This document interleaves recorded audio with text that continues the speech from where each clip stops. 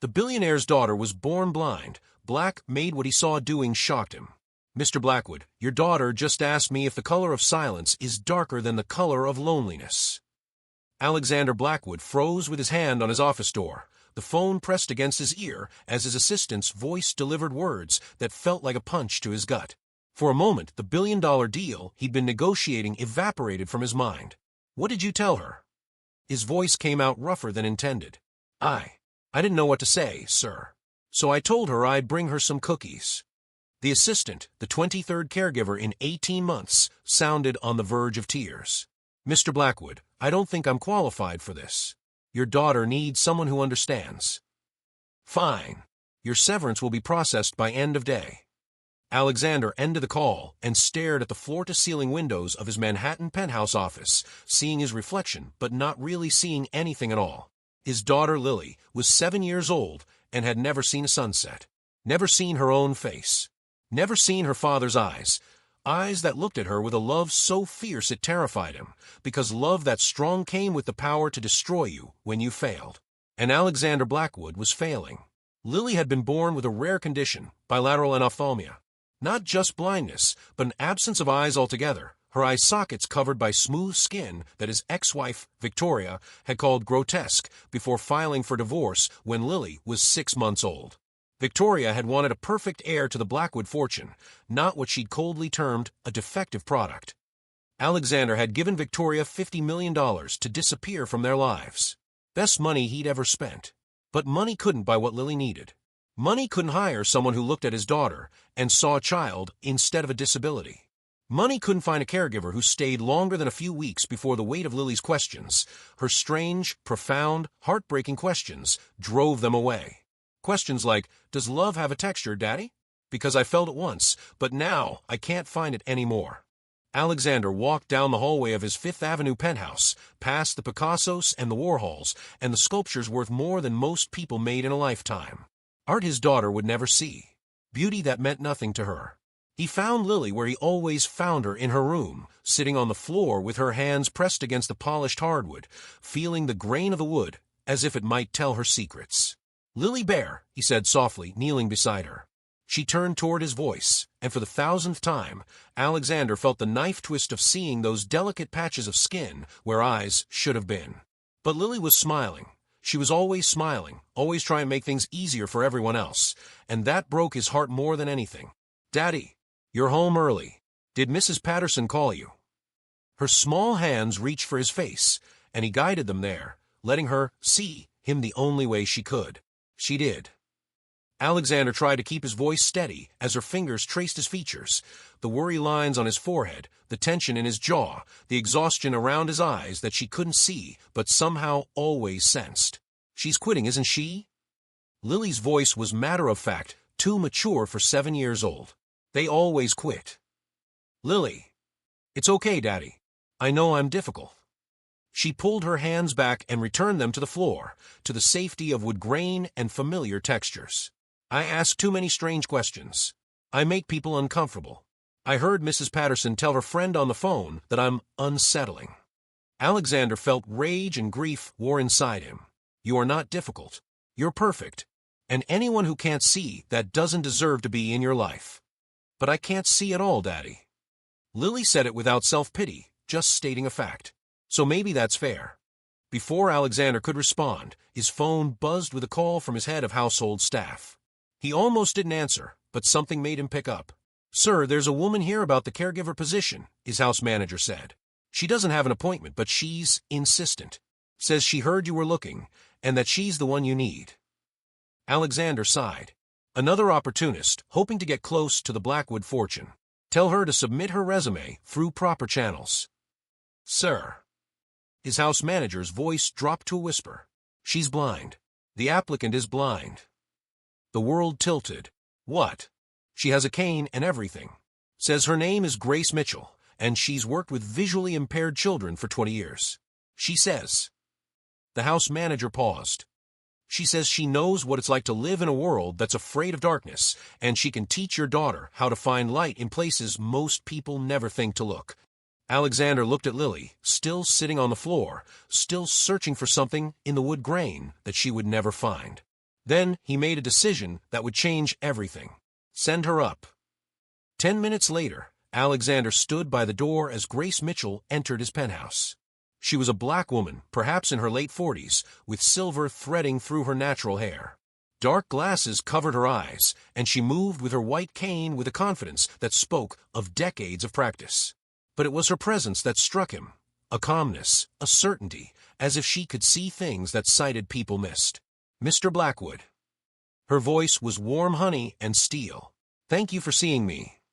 You're blind, Alexander said bluntly, because he'd learned that dancing around facts helped no one. Legally, yes.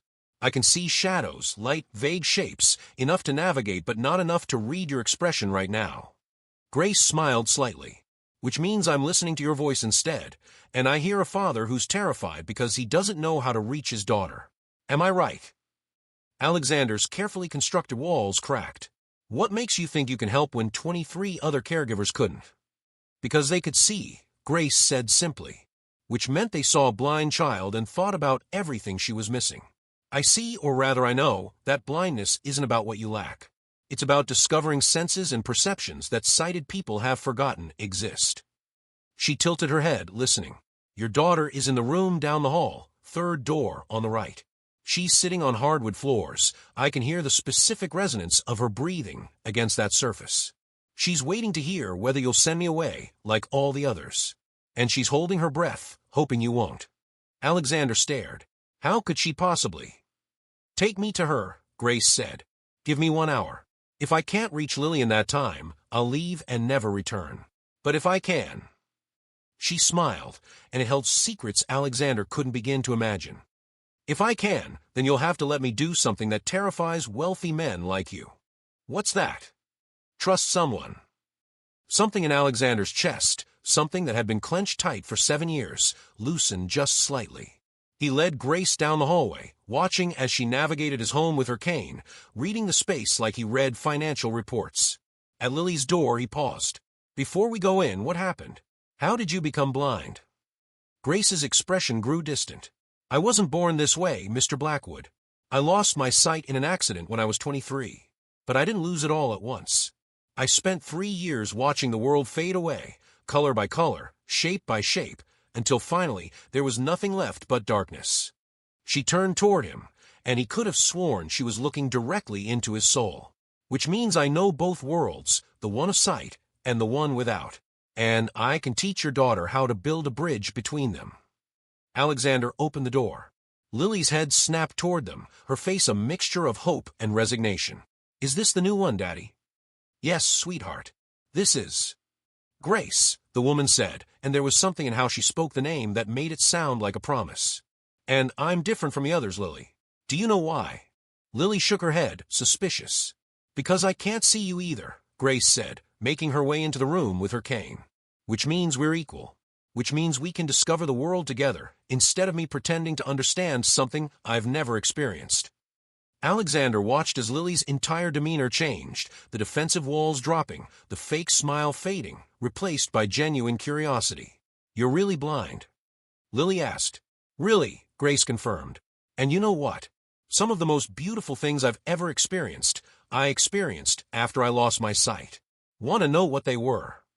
Lily nodded, then remembered. Yes. Please. Grace sat down on the floor beside Lily, matching her posture, her position. The sound of rain on different surfaces, metal, glass, leaves, stone. Each one plays a different symphony. The texture of emotions in someone's voice when they think words are enough, but they're really not.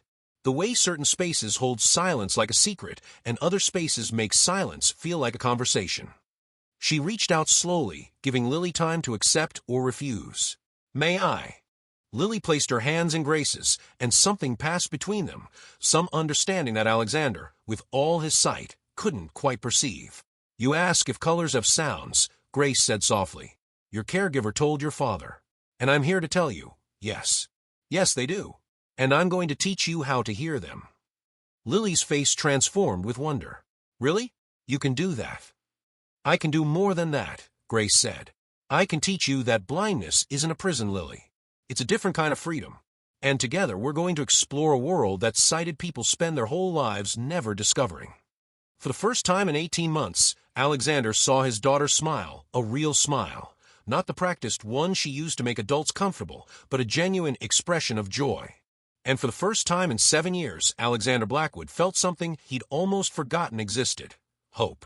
What he didn't know, what he couldn't possibly know, was that Grace Mitchell had secrets of her own. Secrets about why she'd really come to his door. Secrets about a connection to his family that went back further than he could imagine. And secrets about what she did every night when she thought no one was watching. Secrets that, when he finally discovered them, would shatter everything he thought he knew about reality, about love, and about the true nature of sight. 3 days after Grace Mitchell walked into their lives, Alexander Blackwood found himself doing something he hadn't done in years: coming home before midnight. He stood in the doorway of Lily's room, watching a scene that defied everything he thought he understood about his daughter's limitations. Grace and Lily sat cross-legged on the floor, surrounded by objects Alexander didn't recognize: textured fabrics, small bells, bowls of water, and what appeared to be various stones and metals. "Now," Grace was saying, her voice calm and focused, "tell me what this feels like." She placed something in Lily's hands. His daughter's fingers explored it carefully, a look of intense concentration on her face that Alexander had never seen before. "It's cold," Lily said, "and smooth, but not glass smooth. It's like water that forgot how to move." Grace laughed, a sound like wind chimes. "That's marble, sweetheart. And that's the most beautiful way I've ever heard it described. Water that forgot how to move. Perfect." She handed Lily another object. "And this." Lily's face scrunched up as she felt the item. "Warm. Alive feeling. It has tiny bumps like frozen goosebumps. And it smells like earth after rain." "Leather," Grace confirmed. "You're not just feeling texture, Lily. You're feeling temperature, weight, density, even smell. Sighted people look at leather and see brown or black. You experience what it actually is." Alexander watched as his daughter's face lit up with understanding. For 7 years, he'd hired specialists who focused on what Lily couldn't do: see colors, recognize faces, read visual cues. Grace was teaching her what she could do better than anyone else. "Mr. Blackwood." Grace turned her head toward the doorway, and Alexander startled. How had she known he was there? He hadn't made a sound. "Would you like to join us?" Lily's head whipped toward his location. "Daddy, Grace is teaching me to see with my fingers and ears and nose. Did you know that everything has a sound even when it's silent?" "Is that so?" Alexander entered the room, fascinated despite himself. He'd built a tech empire on logic and data, but what Grace was teaching felt almost mystical. "Sit," Grace instructed, patting the floor beside them. "You could learn something too." Alexander Blackwood, CEO of Blackwood Industries, worth $8.7 billion, awkwardly lowered himself to the floor. When was the last time he'd sat on the ground? Grace held out a small bowl. "Close your eyes." "Grace, trust me, Mr. Blackwood. For just 5 minutes, give your daughter the gift of equality. Be blind with her." Something in her words cut through his defenses. Alexander closed his eyes. "Now listen," Grace said softly. "Don't try to see. Just listen." She dipped her fingers in the bowl, water, he realized, and let a single drop fall. The sound it made hitting the surface was delicate, pure, like a tiny bell. "Again," Grace said, and dropped another. Same sound, but different somehow, rounder, fuller. "One more." This drop seemed to sing a different note entirely. "What changed?" Grace asked. Alexander opened his mouth to say nothing had changed, but Lily beat him to it. "The bowl got fuller," she said excitedly. "The first drop had more space to fall. By the third drop, there was less air, so the sound was heavier." "Exactly." Grace squeezed Lily's hand. "You just measured volume with your ears. Your father, who can see the water level, didn't notice. But you heard it." Alexander opened his eyes and stared at the bowl, at Grace, at his daughter. "How did you learn this?" Grace's expression turned distant. "When you lose your sight, especially gradually like I did, you have a choice. You can mourn what's gone, or you can discover what's always been there, hiding underneath. I chose discovery." She stood with fluid grace, navigating the room without hesitation. "Lily, your father thinks blindness makes you helpless. But I'm going to tell you a secret. Some of the most powerful people in history were blind. Do you know why?" Lily shook her head, hanging on every word. "Because power isn't about seeing everything. It's about understanding what others miss. Sighted people are distracted by surfaces, by appearances, by the bright and shiny. But you. Grace knelt in front of Lily. You see what's real. You hear the truth in people's voices when they lie with their faces. You feel the tension in a room that others ignore. You experience the world as it actually is, not as it pretends to be. Alexander watched his daughter sit up straighter, shoulders back, chin lifted. Grace was giving her something no amount of money could buy. Pride. Identity. Power. Now, Grace said, standing again. It's almost sunset. Mr. Blackwood, I need you to trust me with something. What? I want to take Lily to the rooftop. Alone. Every protective instinct in Alexander's body screamed. Absolutely not. The rooftop is 30 stories up, there's no railing in some sections, and I've been blind for 24 years, Grace interrupted calmly. I've navigated far more dangerous spaces than your carefully maintained rooftop. But more importantly, Lily needs to experience this. Trust me. Experience what? Lily asked, excitement in her voice. Sunset, Grace said simply. A sunset that you can actually feel. Alexander looked between them, fear and hope warring in his chest. I'm coming with you. No, Grace said firmly. This is for her. You can watch from inside if you must, but you cannot interfere. She needs to know she can exist in the world without you hovering. The words stung because they were true. Alexander had wrapped Lily in so much protection she was suffocating. Okay, he said, the word tasting like surrender and faith. Okay. 20 minutes later, Alexander stood at the rooftop access door, watching through the glass as Grace led Lily onto the vast terrace. The October evening was cool, and Manhattan stretched out in every direction, the city beginning to sparkle with lights as the sun descended. Grace positioned Lily near the western edge, far from any danger, and stood behind her. Feel the warmth on your face, Grace instructed. That's the sun. It's saying goodbye for the day. Lily tilted her face up, and Alexander saw her smile. Now, feel how the warmth is fading, Grace continued. Feel how the air is changing temperature. That's the sun moving toward the horizon, even though you can't see it. It's getting cooler on my left side but warmer on my right, Lily said wonderingly. That's because buildings are reflecting the last light, Grace explained. You're feeling the geometry of the city through temperature. This is your sunset, Lily. Not in colors, but in sensation. Not in vision, but in truth. Alexander watched his daughter stand there, face lifted to a sun she couldn't see, experiencing beauty in a way he never had. Tears ran down his face, and for the first time he understood. Lily wasn't missing anything. She was experiencing everything differently, and sometimes more deeply. As darkness fell completely, Grace said something that made Alexander's blood run cold. The darkness doesn't scare you, does it, Lily? No, his daughter said. Darkness is my friend. It's where I live. Good, Grace said, her voice taking on a strange quality. Because darkness isn't empty, Lily. It's full. Full of truth that light drowns out. Full of voices that brightness silences. And tonight, I'm going to teach you the most important lesson of all. She paused, and even from inside, Alexander could feel the weight of what came next. I'm going to teach you how to see. Alexander's heart stopped. See? That was impossible. Lily had no eyes. No optic nerves. The doctors had been absolutely clear. But as he watched, Grace placed her hands on either side of Lily's head, and something happened that defied explanation. Lily gasped, her whole body going rigid.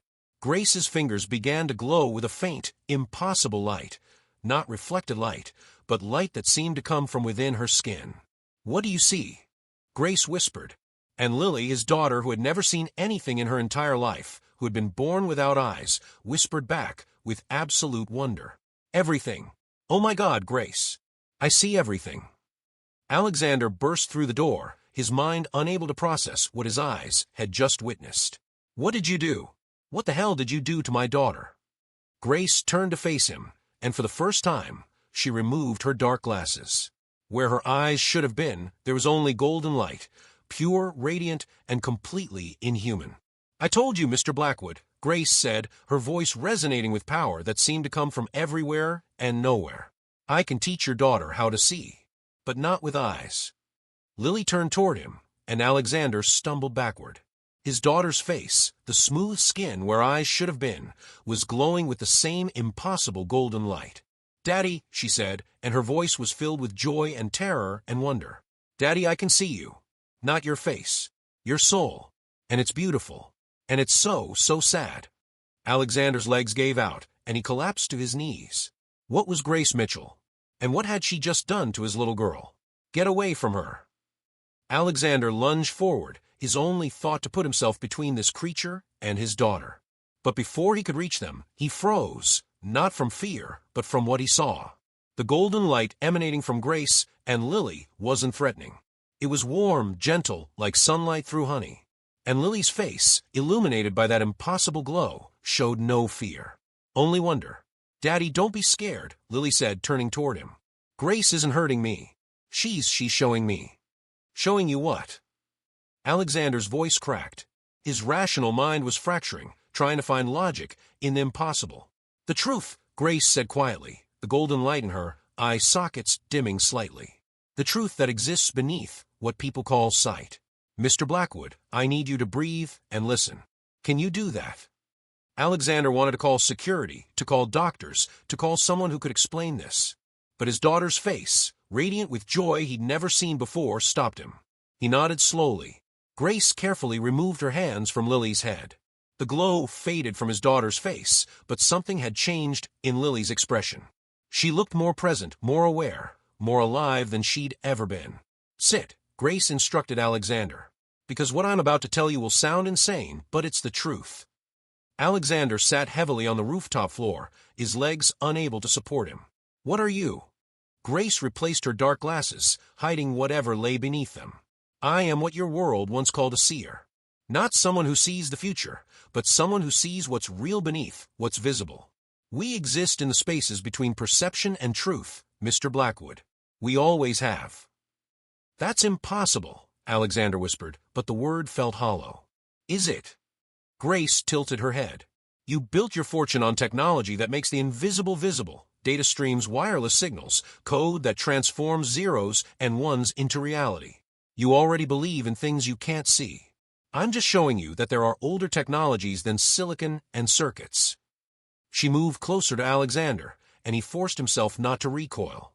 24 years ago, I lost my physical sight in an accident. But in that loss, I gained something else.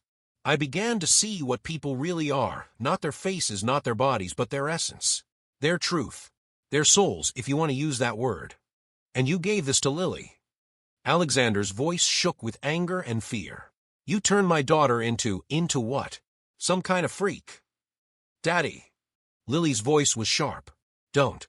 Please don't." Alexander looked at his daughter, and shame washed over him. He'd just used the same kind of language Victoria had used, reducing something he didn't understand to something monstrous. "I'm sorry," he said hoarsely. "Lily, I'm sorry. I don't understand."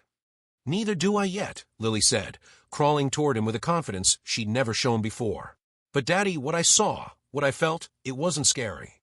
It was beautiful. You're beautiful." She reached for his face, and when her small hands touched his cheeks, Alexander felt something flow between them, a warmth, a connection deeper than anything physical. "I saw you," Lily whispered. "The real you. Not just the worried father or the busy businessman. I saw the boy who lost his own father when he was young. I saw how scared you are all the time that you'll fail me the way you think he failed you. I saw how much you love me, so much it's like a fire inside you that you don't know how to control." Tears poured down Alexander's face. "How could you possibly?" "Because I taught her to see with something older and truer than eyes," Grace said gently. "Mr. Blackwood, your daughter was born without physical sight for a reason. Some souls come into this world already prepared for a different kind of vision. Lily isn't disabled. She's evolved." Alexander shook his head, trying to ground himself in logic. This is some kind of trick. Hypnosis or suggestion or... Is it?" Grace's smile was sad. "Then explain how Lily just told you about your father. Have you ever mentioned him to her?"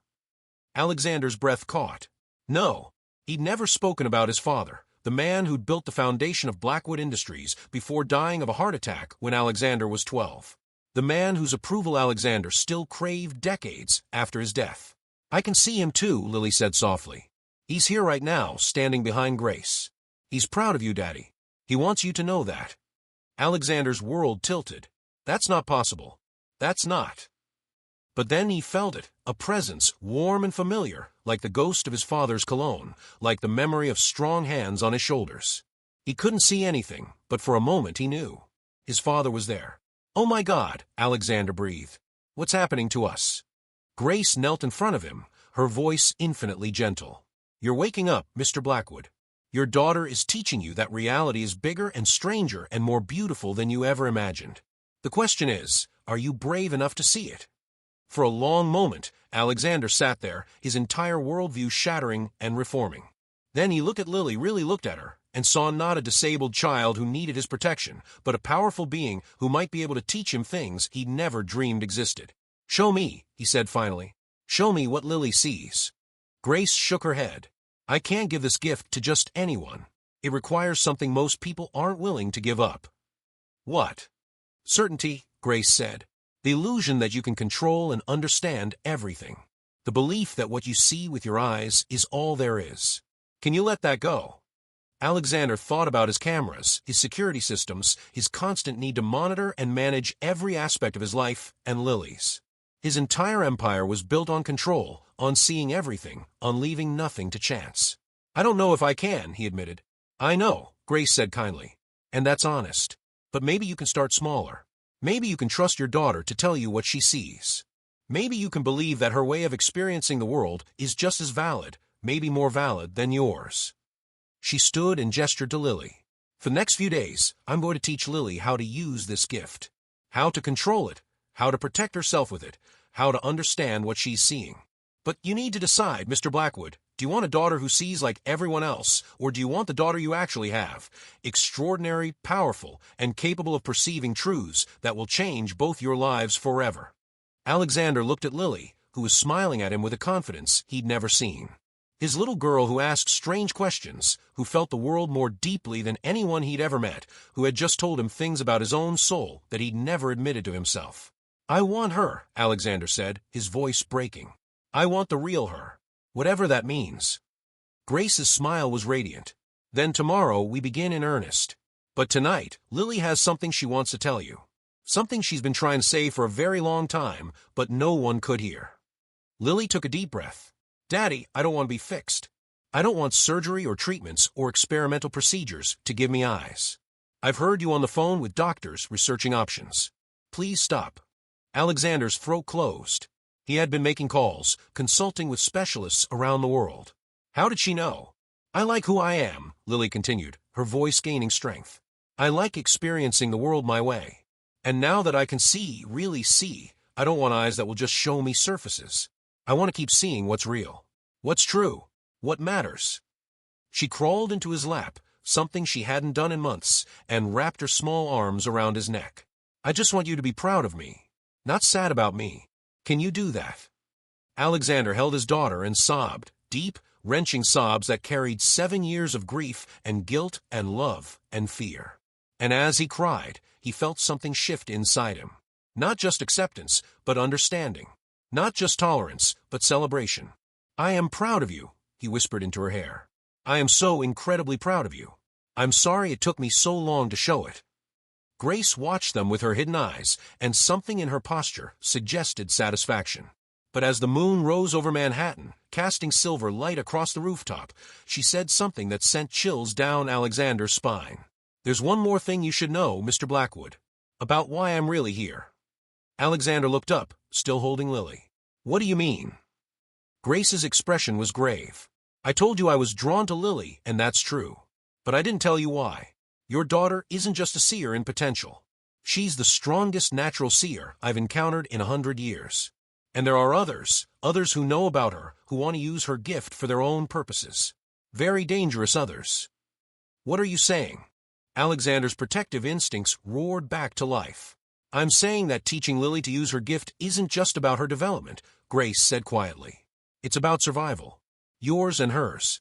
Because 3 days ago, I wasn't the only one who felt the beacon of Lily's emerging power." She turned toward the city, toward the millions of lights below. "They're coming, Mr. Blackwood. And when they arrive, your money, your security, your technology, none of it will protect your daughter. Only I can. Only her gift can. Who's coming? Alexander demanded, standing with Lily in his arms. Grace's voice was barely a whisper, carried on the wind. The ones who see without compassion. The ones who take power instead of nurturing it. The ones who tried to take my gift 24 years ago and left me for dead. She finally turned back to them, and even through her glasses, Alexander could feel the weight of her gaze. I'm here to make sure they don't do the same to Lily. But I need your cooperation, Mr. Blackwood. Complete trust. No security teams, no publicity, no documentation. Can you give me that? Alexander looked at his daughter, then at this mysterious woman who had brought magic and terror into their lives in equal measure. He had only one question. How much time do we have? Grace's answer made his blood run cold. They'll be here in 5 days. And they won't ask permission to take what they want. Day 1 of training began at dawn. Alexander hadn't slept. How could he, knowing that something was hunting his daughter? He stood outside Lily's room, listening to Grace's voice through the door. Breathe, Lily. Let the sight come naturally. Don't force it. I see colors. Lily's voice was filled with wonder. But not like you described colors. These are alive. That woman walking past our building, her color is muddy gray with spikes of red. She's angry. Really angry. Good, Grace encouraged. You're seeing her emotional state. Now go deeper. Why is she angry? A pause. Then Lily gasped. She just lost her job. She has 3 kids. She's scared. Alexander pressed his hand against the door, amazed. His daughter was reading A Stranger's Life from 30 stories up. Now, this is crucial, Grace said, her tone becoming serious. Can you pull back? Can you stop seeing? Lily's voice wavered. It's so much. Everyone has so many colors, so many feelings. The whole city is screaming at me. Then build a wall, Grace instructed firmly. Imagine a boundary between you and them. You control what you see, Lily. Never forget that. The gift serves you, not the other way around. Alexander heard his daughter's breathing slow, stabilize. When he finally entered, Lily was sitting calmly on her bed, Grace beside her, both wearing expressions of concentration. How is she doing? Alexander asked, trying to keep the anxiety from his voice. She's extraordinary, Grace said. Most seers take months to learn what Lily's mastered in hours. But that's also what makes her so valuable. So dangerous. To who? Alexander demanded. These people coming, who are they exactly? Grace stood, her face grave. Have you ever heard of the collective? Alexander shook his head. Good. That means they're doing their job. Grace moved to the window, her fingers tracing patterns only she could perceive. The collective is a group of seers who discovered something dark about our gift. While most of us use it to help, to heal, to understand, they learned they could take power from other seers. Consume it. Become stronger by draining others. Like vampires, Lily whispered. Exactly like that, Grace confirmed. 24 years ago, they came for me. I was one of the strongest seers of my generation. They wanted my gift. I barely escaped, but I lost something in the process, the ability to turn off my sight. I see truth constantly now, every moment without reprieve. It nearly drove me mad those first years. She turned back to them. But Lily's gift is pure, untainted, and exponentially more powerful than mine ever was. If the collective drains her, they won't just gain her power, they'll gain the ability to see and manipulate the souls of world leaders, billionaires, anyone with influence. Imagine what someone could do if they could see and control what people truly want, truly fear. Alexander felt ice form in his veins. You're saying they could control anyone. Not just anyone. Everyone. Grace's voice was grim. And they'll start with the powerful. People like you, Mr. Blackwood. A phone buzzed. Alexander pulled it out. A message from his head of security. Sir, we've had 3 breach attempts on the building's security system in the last hour. All blocked, but they're sophisticated. Want me to involve authorities? Alexander showed the message to Grace. She read it and closed her eyes. They're probing your defenses. Learning your patterns. We have less time than I thought. Then we go somewhere else, Alexander said immediately. I have properties around the world. Private islands, secure compounds. Running won't help, Grace interrupted. They'll follow Lily's signature anywhere on Earth. Her power is like a beacon now that it's awakened. No, our only option is to face them. But Lily needs to be ready. I'm 7 years old, Lily said quietly. How can I be ready to fight adults? Grace knelt in front of her. Because you have something they don't. You have innocence. You see truth without judgment, without agenda. That makes you stronger than anyone who's learned to weaponize their sight. But you need to learn one more thing. The most important thing. What? Lily and Alexander asked simultaneously. How to hide, Grace said. How to make your light invisible when you need to. Come. She led them to the penthouse's main living area, the vast space with windows overlooking the city. Lily, I want you to see me. Really see me. Lily's face took on that concentrated expression. After a moment, she gasped. You're made of gold. Pure gold light. It's so bright I can barely look at it. That's my soul unshielded, Grace explained. Every seer has a signature color. Mine is gold. Yours is white, pure undiluted white. That's what makes you special and makes you a target. Now watch. Grace closed her eyes, and Alexander saw something remarkable. The air around her seemed to thicken, to become ordinary. Even to his non-gifted eyes, it was as if Grace became less present, less noticeable. She's gone. Lily exclaimed. I can't see you anymore, Grace. Where did you go? I'm right here, Grace said, opening her eyes. I've just learned to cloak my essence. To become, as the collective would say, invisible to the sight. It took me years to master. You need to learn it in days. For the next several hours, Alexander watched as Grace trained his daughter in this strange form of spiritual camouflage. Lily struggled, her light fluctuating but never fully disappearing. I can't do it. Lily finally cried in frustration. Every time I try to hide, I think about them finding me, and my light gets brighter. That's fear, Grace said gently. Fear makes us more visible, not less. You need to find your center. The place inside you that's calm no matter what's happening outside. I don't have a place like that, Lily said, tears running down her cheeks. Alexander couldn't stay on the sidelines anymore. He crossed to his daughter and pulled her into his arms. Yes, you do. Remember when you were 4 and you were scared of thunderstorms? Lily nodded against his chest. What did we do? Alexander prompted. You held me. And you sang that song. The one about the stars. That's right. Alexander began humming the melody, an old lullaby his own father had sung to him.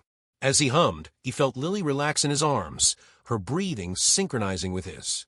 Grace's voice came soft. Mr. Blackwood, look at your daughter. Alexander pulled back slightly. Lily's face was peaceful, calm, and according to Grace's sharp intake of breath, invisible to seer sight. She's gone, Grace whispered with awe. Completely hidden. How did you? Love, Alexander said simply. She's not hiding from fear. She's hiding in love. Grace was silent for a long moment. Then, that's never been done before. Seers hide through will, through mental discipline. But hiding through connection, through love. She laughed softly. Your daughter just invented a new form of protection. One that the collective won't know how to penetrate. Alexander held Lily tighter, feeling a fierce pride mixed with terror. His little girl was remarkable, and that would either save her or doom her. The phone rang, Alexander's private line, the one only 5 people in the world had access to. He answered, still holding Lily. Mr. Blackwood. The voice was female, cultured, and cold as winter. I believe you have something that belongs to us. Alexander's blood turned to ice. Who is this? My name is Meredith Crane. I represent a collective of individuals interested in acquiring certain assets.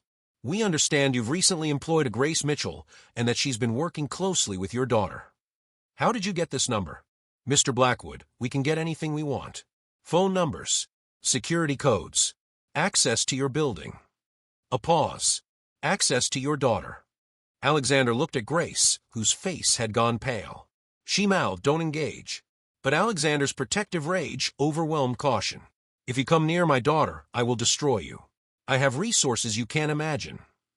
And we have abilities you can't imagine, Meredith interrupted smoothly. But we're not monsters, Mr. Blackwood. We're business people, just like you. So let's make a deal. Give us 48 hours with Lily. Let us study her gift, teach her to use it properly, unlike the limited training that Fraud Grace is providing, and we'll ensure your family's safety for life. We'll even pay you, shall we say, $5 billion. She's not for sale. Everything's for sale, Mr. Blackwood. You of all people should know that. The The woman's voice turned sharp. You have 12 hours to reconsider. After that, we stop asking nicely. We'll be in touch. The line went dead. Alexander looked at Grace and Lily, his heart pounding. They just offered me $5 billion for my daughter. They would have paid $50 billion, Grace said quietly. Which tells you how valuable Lily is. Mr. Blackwood, we need to prepare. They've given you 12 hours, but I doubt they'll wait that long. They'll come tonight. Then we fight, Alexander said, his voice hard. With what? Grace challenged. Your security team can't fight what they can't see. Your technology is useless against people who can walk through locked doors by convincing the locks they're already open. Then what do we do? Grace looked at Lily, who was still hidden in her father's protective embrace, invisible to seer sight, protected by love. We do what they won't expect, Grace said slowly, a plan forming. We don't run. We don't hide. We invite them in. And when they come for Lily's power. She smiled, and it was fierce and dangerous. We show them what happens when they underestimate a father's love and a child's innocence. We show them that the strongest sight isn't the one that takes. It's the one that gives. Alexander held his daughter closer as Manhattan's lights began to flicker on outside, the city transforming into a constellation of possibilities and dangers. Somewhere out there, the collective was coming, and the Blackwoods were running out of time. The city lights blinked on like 1,000 tiny eyes as Alexander held Lily close, her warmth against his chest grounding him amidst the storm of fear. Grace's calm presence beside them was the only thing that made him feel even remotely prepared. But even she seemed tense, her fingers flexed against the cane she wasn't using, her posture tight, every sense alert. They're close, she murmured. I can feel the edges of their essence spreading through the city. They're watching the building, circling, waiting for the right moment. Alexander's fists clenched. Can we stop them? Can anyone stop them? Grace shook her head slightly. Not with force. The collective doesn't knock, doesn't break doors. They bypass everything you know. But we can outthink them, if Lily does exactly what she's been trained to do. Lily, hidden in her father's arms, tilted her head. I'm ready, Daddy, she said softly, the white glow of her essence pulsing faintly. I learned how to hide. And now, I can fight too. Alexander's heart constricted. Fight. She's 7. He pressed his cheek to hers. You're my little girl. You shouldn't have to fight anyone. Let me handle this. No, Daddy, Lily insisted, her voice firm but calm. I can do this. Grace trusts me, and I trust her. Grace crouched down, meeting Lily at eye level. Your light is pure, Lily. Stronger than theirs. But remember this, don't attack first. Don't show your power unless you must. Let them reveal themselves. Alexander swallowed hard. He hated being powerless. The man who controlled empires felt like a child in his own penthouse. Minutes passed. Then a ripple of energy, subtle, almost imperceptible, ran through the room. Alexander stiffened. Grace's head tilted slightly, listening. They're here, she whispered. 3 of them. 1 male, 2 female. They've entered the building using perception alone. Alexander's blood ran cold. How is that possible? They don't need keys or security codes, Grace said. They move through belief.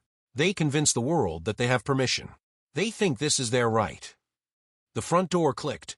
Not physically, but Alexander felt it, the subtle shift in intention, the darkness in the hall, extending, like ink. Stay close, Grace instructed, placing herself between Lily and the hallway. Do not panic. Lily, your white light, expand just enough to sense them. But don't let them see you yet. Lily's hands pressed against her father's chest. He felt her breathing steady, her essence glowing faintly, like a living heartbeat of light. A soft voice echoed through the penthouse, cultured, smooth, and filled with cold amusement. Mr. Blackwood, I believe you received our message. Alexander straightened, anger surging. You've made a mistake coming here. My daughter is not a commodity, the voice interrupted, mocking.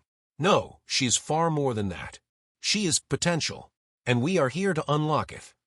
From the corner of his vision, Alexander saw Grace move like a shadow, her cane tapping lightly on the floor as she navigated effortlessly. The intruders stepped into the open living area. One of them, a man in dark tailored clothing, smiled. His essence flickered faintly red around his hands, a violent, hungry color. The 2 women beside him shimmered in muted amber, calculating, precise. Alexander realized with sudden horror that Grace hadn't exaggerated. These were seers. The collective. And they weren't here to negotiate, they were here to take. Step back, Grace said firmly, placing herself between the intruders and Lily. You will not touch her. The man tilted his head. Interesting. You shield her with a human. Bold, but naive. He raised a hand and Alexander felt a wave of pressure, almost like the air itself thickened, pressing against his chest. Ignore them, Grace instructed Lily softly. You know what to do. Lily's small hands lifted slightly, not touching, not striking, but her glow intensified. A radiant, pure light, blinding in its clarity, began to spread around her. The intruders paused, their own essences recoiling like flames flicking against water. You can't do this, the man said through gritted teeth. Watch, Grace whispered. She closed her eyes, and her gold essence flared in a protective dome around Lily. Alexander realized then that this was not just defense, it was teaching. Grace was letting Lily understand the full scope of her power, forcing her to learn under pressure. The first woman moved forward, hands outstretched, trying to pierce Lily's aura. A scream of pure energy erupted from the child. Not loud, but felt, a vibration that shook the very air, forcing the intruder to stagger backward, clutching her head. Alexander's eyes widened. His daughter, his 7-year-old girl, was fighting them. Not with fists, not with weapons, but with the light inside her. Good, Grace said. Now extend it outward. Let them feel your presence. Lily focused, a look of concentration on her small face. The glow expanded, reaching the edges of the room. The 3 intruders groaned, their auras distorting and flickering. The man's red essence pulsed violently, but Lily's light, untouched by fear, swallowed it like a tide. Alexander finally understood. This was more than training. Lily wasn't just hiding or sensing, she was asserting herself. She was teaching them that power could exist without cruelty, that innocence and truth were weapons stronger than malice. The man hissed, "This is impossible." "No," Grace corrected, stepping beside Lily. "It is inevitable, because she is not like you, and we will not let you take what does not belong to you." The second woman lunged, trying a stealth approach, but Lily's glow flared, a brilliant white beacon. The intruder froze, her hands trembling. Alexander felt a pulse of understanding in the room. They were not in control. Lily was. And then, with a soft, almost musical sigh, Lily spoke. "I don't need to hurt you. I just need you to see." The intruders froze. The white light touched them, and for the first time, Alexander saw their faces soften, confusion and awe overtaking hunger. They were staring not at a child, but at truth itself. "You cannot take what you don't understand," Lily continued, her voice steady. "You can try, but you will fail. Because you only see surfaces, but I see souls." A heavy silence fell. The collective didn't move, didn't attack. They were paralyzed by a power older than fear, stronger than malice. Grace turned to Alexander. "This is why we didn't run. This is why we faced them head on. Lily doesn't need to hide from them. She needs to show them why light exists." Alexander watched, awestruck and terrified, as his daughter's white essence radiated through the penthouse, illuminating shadows, revealing truths, and forcing the darkest of hearts to reckon with a force they had never comprehended. And in that moment he knew. The fight wasn't over, but victory wasn't impossible. Not while Lily stood, fearless, radiant, and alive with the extraordinary gift Grace had awakened in her. The night stretched into hours that felt like lifetimes. The collective remained frozen, caught in the brilliance of Lily's light, unable to touch, unable to comprehend. Grace's golden aura mingled with Lily's white, a protective weave, an unbreakable bond between teacher and student. Alexander had never felt more powerless and more awed at the same time. "She's incredible," he whispered, voice hoarse. "You've never seen like this," Grace interrupted gently. "Not until now." Lily turned her glowing face toward her father. "Daddy, watch." She extended her hands, and the light shifted, swirling, pulsing, expanding beyond the penthouse into the streets below. For the first time, Alexander understood, Lily could project. She wasn't just defending herself, she was rewriting perception. Cars slowed, pedestrians paused, lights flickered. The city became a canvas of energy, shaped by her awareness. "She's showing them what it's like to be seen," Grace said quietly. "And not just seen, but understood. That is the power they cannot take." The man, the leader of the collective, staggered. His red aura flickered like a dying flame. The women flinched, shielded themselves instinctively. All three were overwhelmed. "You underestimate children," Alexander muttered, still clutching his daughter. "You've underestimated truth." "Exactly," Grace said. "And now they know the lesson. No one takes what is pure and willing to fight for itself without cost." The leader fell to his knees, hands raised, not in surrender, but in recognition. Lily's light softened, not extinguished, just tempered. She had shown them power, but not cruelty. Alexander's heart swelled. His daughter, his little girl, radiant and fearless, had faced darkness and transformed it with nothing but her light. Grace placed a hand on his shoulder. "The collective won't come back, not for a long time.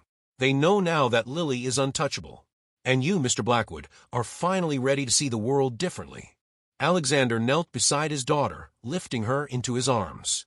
Her glow dimmed to a comforting warmth, but the power remained, pulsing gently like a heartbeat. "You're my hero," he whispered. "And you've taught me something I thought I'd never understand, that real sight isn't about eyes. It's about understanding love and courage." Lily smiled, small hands touching his face. "And you're my hero too, Daddy, for trusting me." Grace stepped back, letting them have their moment. Her golden aura glimmered, a silent promise of more lessons, more wonder, and more protection. As dawn broke over Manhattan, Alexander finally looked out the window and saw, not the city, not the skyline, but a world alive with possibilities, a world seen through the eyes of his extraordinary daughter. And in that moment he understood. The darkness they had feared wasn't empty. It was full of light, full of truth, full of love. And as long as Lily could see it, nothing could take it from them. Somewhere beyond the horizon, the collective would regroup, but the Blackwoods were ready. Lily's gift had awakened, and with it, a new era of sight, of power, and of hope had begun.